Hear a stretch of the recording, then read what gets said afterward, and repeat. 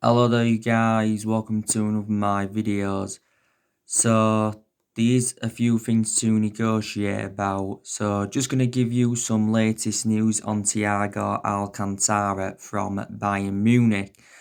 So according to recent reports, Thiago has denied that he has asked to leave Bayern Munich, and now he's saying he could end up staying with Bayern Munich. Now, Thiago Alcantara has been at Bayern Munich for 7 years. He has scored 31 goals in 235 games in all competitions, and he's won a total of 16 major honours. Bayern Munich did pay €25 million for him from Barcelona back in 2013. And obviously his current contract does expire next year, so that's when he will be available on A3. Now, Thiago Alcantara obviously is predominantly a box-to-box midfielder, but he can also be deployed as a holding midfielder, and he can also be deployed as an attacking midfielder, and he is the age of 29. So still got development in him. I don't think there's any explanation whatsoever why Thiago would want to leave Bayern Munich, because obviously Bayern Munich are so dominant. Obviously, my club, Manchester United, are still in for the player. It said, was it earlier on this week, that Ole Gunnar Solskjaer had held talks with Thiago Alcantara over a possible move to Man United in this summer transfer window. And it's said, we're looking to hijack Liverpool's move for the player now. Liverpool have been emerged as the favourites for a while. Obviously, Liverpool have not been willing to meet Bayern Munich's asking price. Bayern Munich have said that they want around £27 million. It says Liverpool will only sign Thiago on one condition, and that's if they do sell Gini Wijnaldum. Liverpool have got a lot of midfielders in their team. But anyway, Thiago says, Bayern is his home, and he's refused to comment on the transfer to Manchester United and Liverpool. But Fabrizio Romano, who's a very reliable Italian journalist, and obviously there's a lot of trustworthy in stuff when he reports on it, and he said that the Thiago Alcantara transfer saga has just recently begun. He revealed that Liverpool are preparing to put a new bid in for the player. So that's the breaking news on him. Just want to talk with you a bit more about Sergio Reguilon from Real Madrid. So again, Fabrizio Romano has come out and said that Manchester United will decide on Sergio Reguilon soon. Reportedly, he has been offered to Manchester United from Real Madrid. Obviously, it says we may have to settle for a loan deal. I think it said that Real Madrid have not decided yet whether they're going to sell him. It says Real Madrid also want two clauses in the Sergio Reguilon deal. Sergio Reguilon is a left-back. Obviously, Manchester United are in search for the left-back. Obviously, we've got two predominant left-backs in the team at the moment, and that's obviously Luke Shaw. He's our first-choice left-back, and Brandon Williams, he's our backup left-back. But it'd be beneficial if we could get another left-back in. Sergio Reguilon doesn't even get in Real Madrid's team because obviously Zinedine Zidane prefers Ferland Mendy and Marcelo ahead of Sergio Reguilon. He did recently say that we'd put a £27 million bid in for the player. Real Madrid won in the £20-odd million range. He has got a contract with Real Madrid until 2023. He has been at Real Madrid for several years. Joined their youth set up in 2005.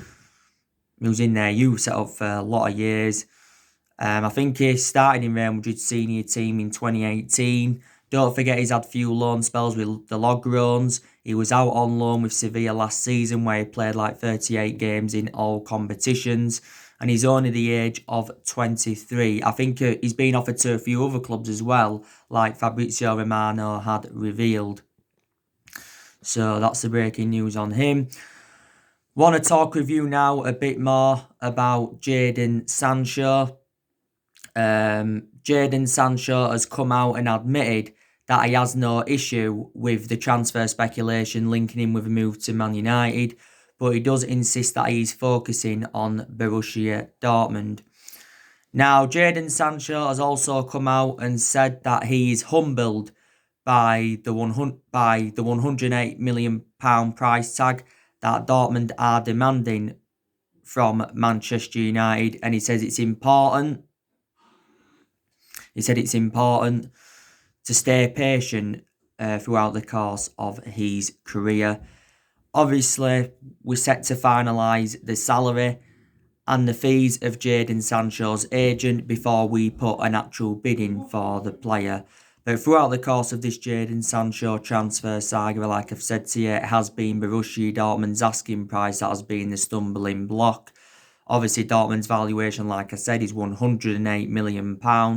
Obviously, Dortmund have been looking for like £90 million up front, but we said we're only willing to pay £60 or £70 million up front. And I think also too now, the wage demands also seem to be a stumbling block. They do. But I think Jaden Sancho to Manchester United is still a possibility. Don't forget we've said we are not giving up on the signing of Jaden Sancho until he publicly says that he wants to stay with Borussia Dortmund. He did say quite a few weeks ago that we had abandoned our chase for Sancho until the summer of 2021.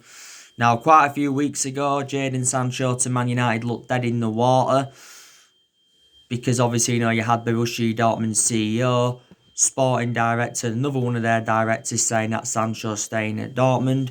Around 4 weeks ago, Fabrizio Romano had revealed that Sancho agreed personal terms with Man United, and he said he agreed a 5-year contract with the football club.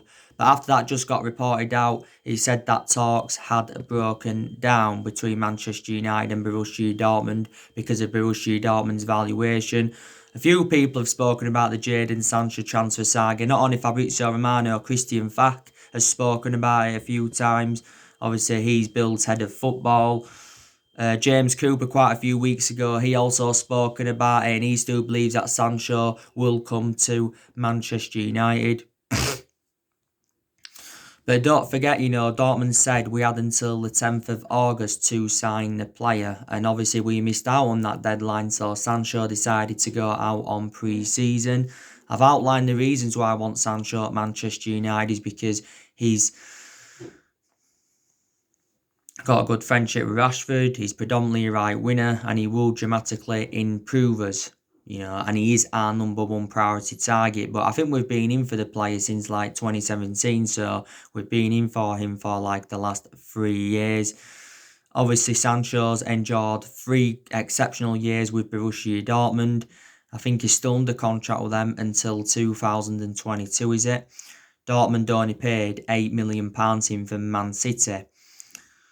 He had a few years at Man City. The main explanation why he left Manchester City is because he did not get assured any first-team opportunities. Before he was at City, he was at Watford, and he was at Watford for several years, from the age of 7 to the age of 14. That's where he began his footballing career. But if Sancho is sold in this summer transfer window, it'll be good from a Manchester City perspective because they'll get around 15% of the transfer fee. We know that obviously Sancho will be our next number 7. Obviously, we have got number 7 vacant at the moment, and we have had a lot of good number 7s up and down the generations. Don't forget we recently gave Mason Greenwood the number 11. We also give Brandon Williams the number 33. We have been looking at a lot of alternatives to Sancho in obviously recent weeks in that, because I will make an admission that there is much cheaper solutions in him. We've been looking at Kingsley Coman from Munich, Rabbi Matondo from Schalke, Ousmane Dembele from Barcelona, Douglas Costa from Juventus. So many players that are much cheaper than Sancho. Don't get me wrong, I think Sancho's an exceptional player. I really, really do, but I just don't think he's worth what Borussia Dortmund are demanding. I think at this moment in time, he's probably worth from between 70 to 80 million pounds at the tops. Liverpool and Chelsea were in for him at one point, but I believe now we're the only club that are in for Sancho. So I'm not going to fully disregarding coming in. There's still a chance we could get him on the board. Solskjaer said he wants to sign Sancho and then he wants to sign two other players after he has signed Sancho.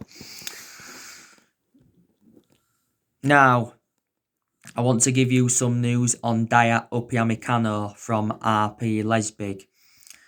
Now, according to recent reports, Manchester United are looking to sign Upamecano in summer of 2021, which is obviously next summer.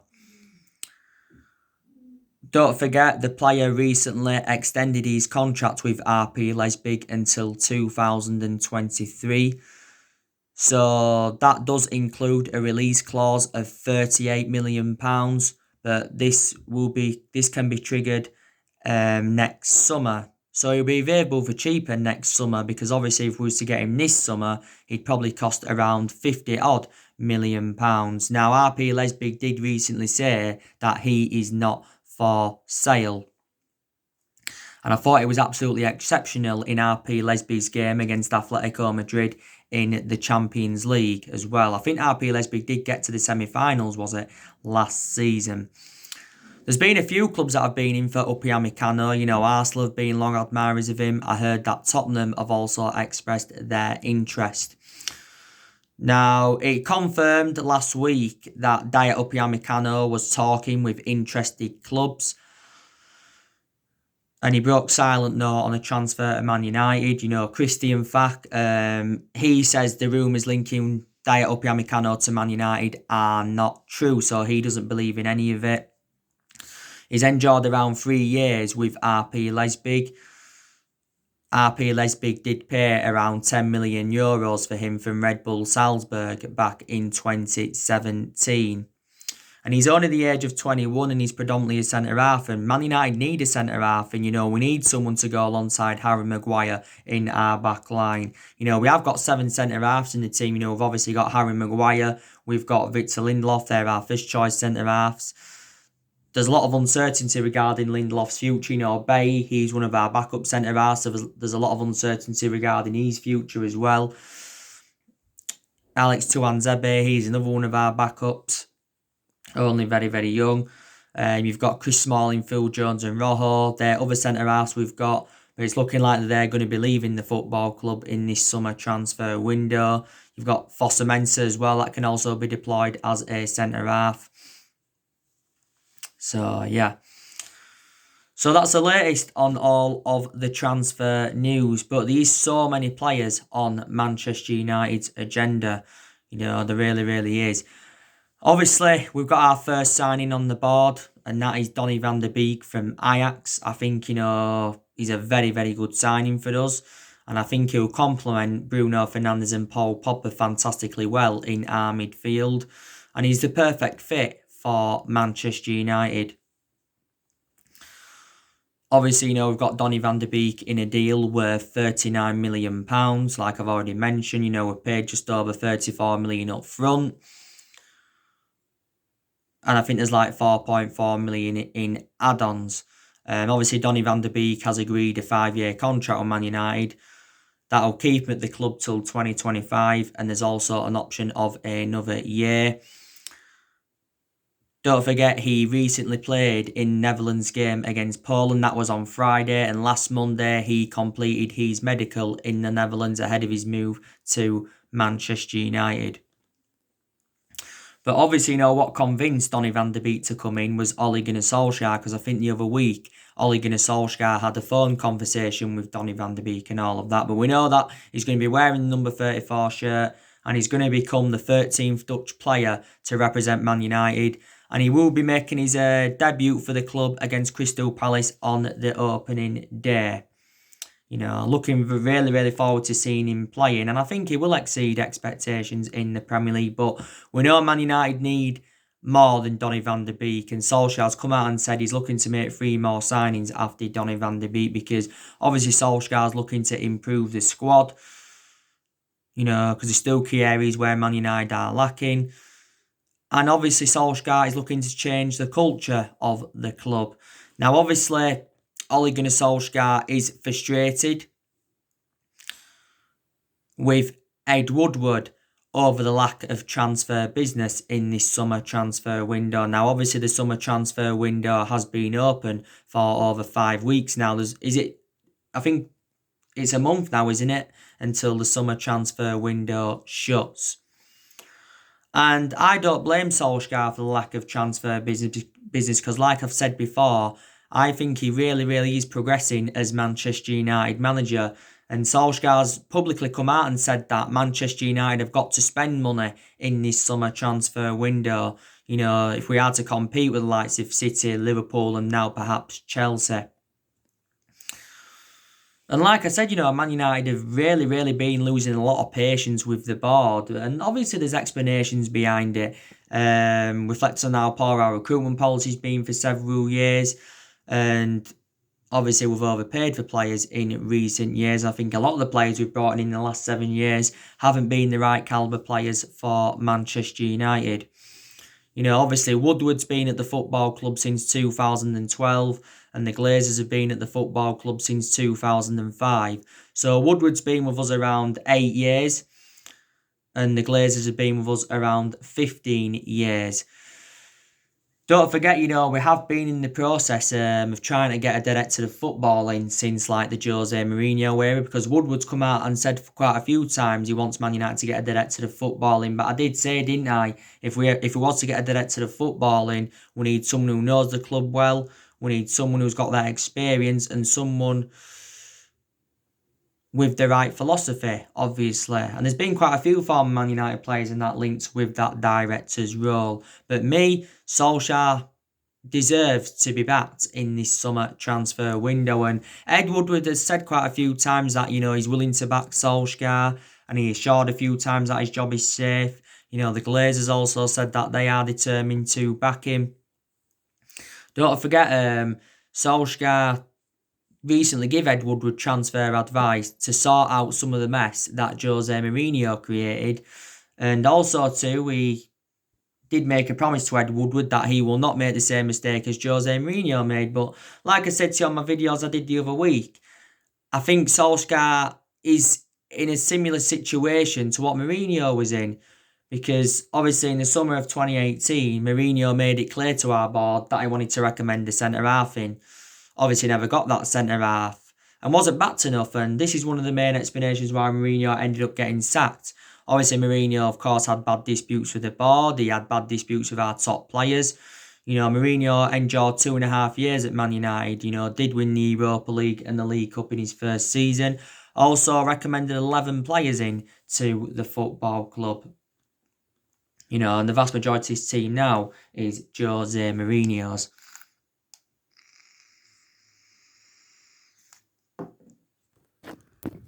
But at the end of last season, Solskjaer had outlined his transfer plans, didn't he? Don't forget, But Solskjaer's got decisions to make at Manchester United, obviously. He hasn't only got to decide on, obviously, what players he's going to get in.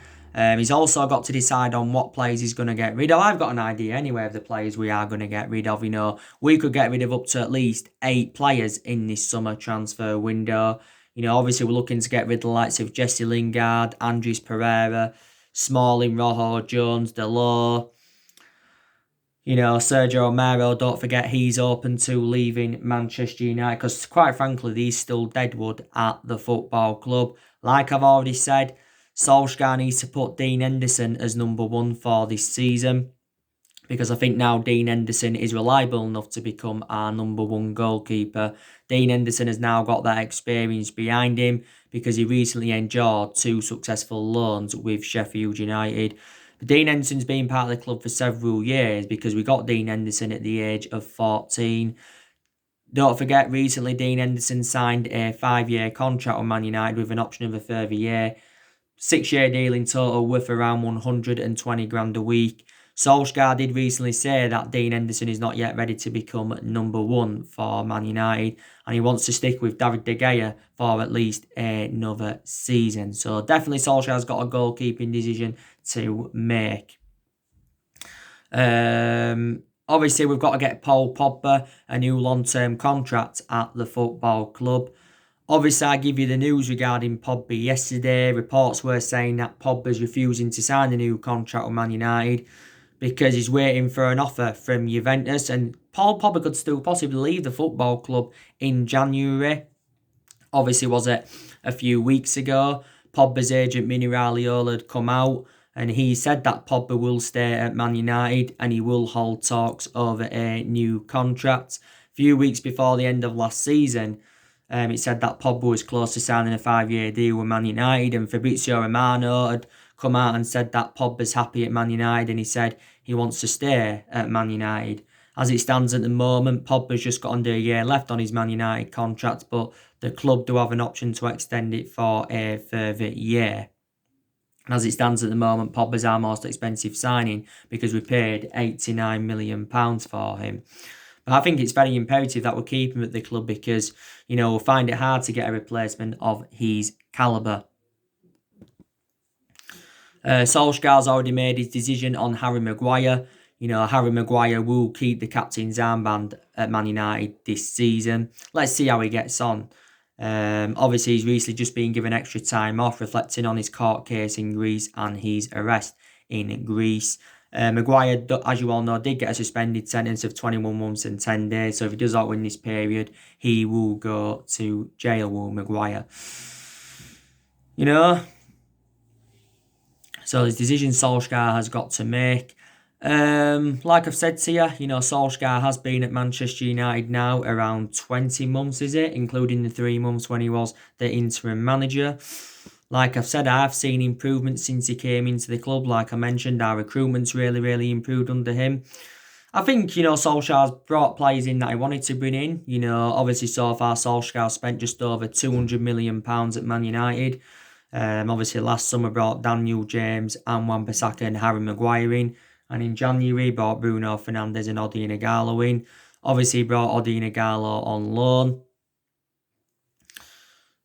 He was our top goal scorer in the FA Cup last season, Ighalo. Just after lockdown, we extended his loan until January 2021.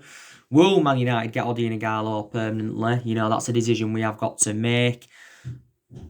Obviously, we brought Ighalo in on deadline day in January as a cover-up to Rashford. And obviously, we brought Donnie Van Der Beek in. He's our 5th permanent signing, obviously. And obviously, Solskjaer's also brought a few academy players in as well.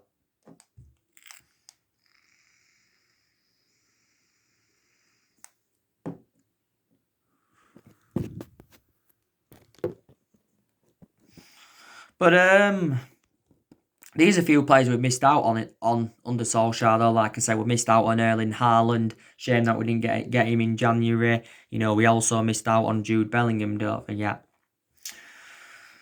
I think Solskjaer's also promoted the youth very, very well. That's another good thing. He's also got rid of a lot of the deadwood since he got recommended into Manchester United. A few big names have left. Sanchez obviously left us. Sanchez, don't forget, did say that he wanted to leave Manchester United to return to Arsenal after one training session. He said actually this to his agent. Sanchez did endure a difficult 18 months at Man United, so we made the right decision by getting rid of him. He was on loan for a lot of last season, but then Inter Milan obviously, did get him permanently. They got him on a free. Lukaku, he obviously, went to Inter Milan last summer. Some United fans will say we made a mistake by getting rid of Lukaku. Obviously, we let Young go to Inter Milan this year. Valencia left us last summer. Darmian left us last summer. Herrera left us. Fellaini left us in January 2019. He went to China. Angel Gomez, of course, left us.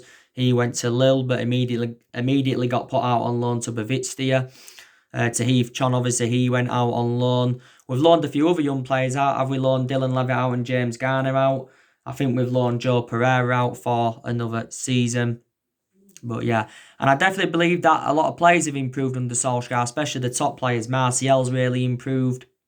Martial has endured 5 years with Manchester United. And I think he's had 2 good seasons out of the 5 years he's been with us. Obviously, Martial is now at number 9. I think Rashford's also really, really improved under him. Obviously, Rashford does now play out wide on that left. He'll continue playing in that position. Rashford has obviously got an ankle injury at the moment. Obviously, didn't play in England's game yesterday. Obviously, he had a back injury for us last season, But Rashford's been part of the club for several years, and I think it's very imperative that we keep him at the club. I think definitely Pogba's improved under him. Pogba did well towards the end of last season after he come back from his ankle injury. Fred's really, really improved under him. Maybe there's uncertainty now regarding Fred's future because he's going to find it hard to get in the team. But since he arrived with Bruno Fernandes, Fred's found game time difficult. I think Matonwe and Matic have improved under him. Luke Shaw, he's also improved under him. A lot of players have improved under him. So, they're the improvements I've seen, but there's still improvements needed this season at Man United. I think there's still players that are underperforming and there's players that have still got to improve. There's aspects of our game that have got to improve. Solskjaer's decision making has also got to improve as well. But I think it's very, very imperative that we do have a strong start to this season. We need to. Because obviously if everything was to go wrong this season, then I think Solskjaer would be back under pressure at the football club. He really, really would.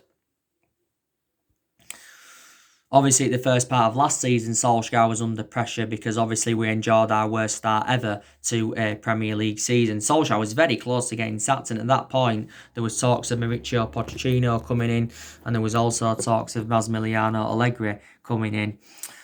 But if things were to go right this season for Man United, then, we might start to believe that Solskjaer's the right manager and he is the foreseeable future for Man United and all of that. But this season is a big test for Solskjaer because this season is his second full season at the football club. And he knows this season that he's going to have bigger expectations to exceed. I think our expectations this season will be to challenge for the Premier League title. Obviously, we haven't mounted any title challenge up in the last 7 years, and we haven't won the Premier League since 2013. I think another one of the expectations will be to win a trophy, because obviously we've not yet won out in terms of silverware under Solskjaer. And, we haven't won a major honour for over 3 years, and that's the first time this has happened in 31 years or so. I went through with you recently, didn't I, how Manchester United can win the title under Solskjaer, and that's obviously making at least 5 signings in this summer transfer window, which Man United are obviously not going to do. I think also keeping the players that we need at the club. I think obviously getting rid of more players and all of that. Some people don't think we're good enough to win the title under Solskjaer, and Solskjaer's not a good enough manager in general to win a title with us. But you never know. But we know that obviously at the moment City and Liverpool and that are strides ahead of us. But I thought last season Solskjaer did quite well in his first full season at the club. He did exceed most expectations. Obviously got us qualification for the Champions League, got us third, and we also got to 3 semi-finals, But Solskjaer's learnt a lot, like I said. Man United is the third club in his managerial career. Before he was with us, he was with Mulder, and before he was with Mulder, he was with Cardiff. I think for this season, Solskjaer's going to go a lot with that 4-2-3-1 formation because that's his preferred formation. A lot last season, Solskjaer went with that 4-2-3-1 formation, didn't he? Obviously now Solskjaer knows his strongest 11. I think for the Palace game, we should have a fully fit squad, shouldn't we? We had a lot of injuries last season. That's why Solskjaer made a lot of rotation. Obviously, Luke Shaw's been out of an ankle injury. Well, he sustained this injury towards the end of last season. Tuanzebe was out injured. Phil Jones was out injured. Rashford, don't forget, is now out with an ankle injury. So, yeah. But Solskjaer needs time, like I said. It's a transition period for Man United, and it has been a transition period for a while. Solskjaer is our 4th permanent manager since the Ferguson era. We have sacked 3 managers since the Ferguson era, and that was Moyes, Louis van Gaal and Jose Mourinho. In the entirety of our history, we've won 45 trophies. 38 of them trophies came under the Sir Alex Ferguson era. We've won 3 trophies since Ferguson retired, and that was the FA Cup under Van Gaal and the Europa League and the League Cup under Jose Mourinho. So yeah. So anyway, guys, that's everything to update you today. Drop your comments, likes below on the channel. If you do, consider subscribe as always, and take care. God bless. See you all again very, very soon.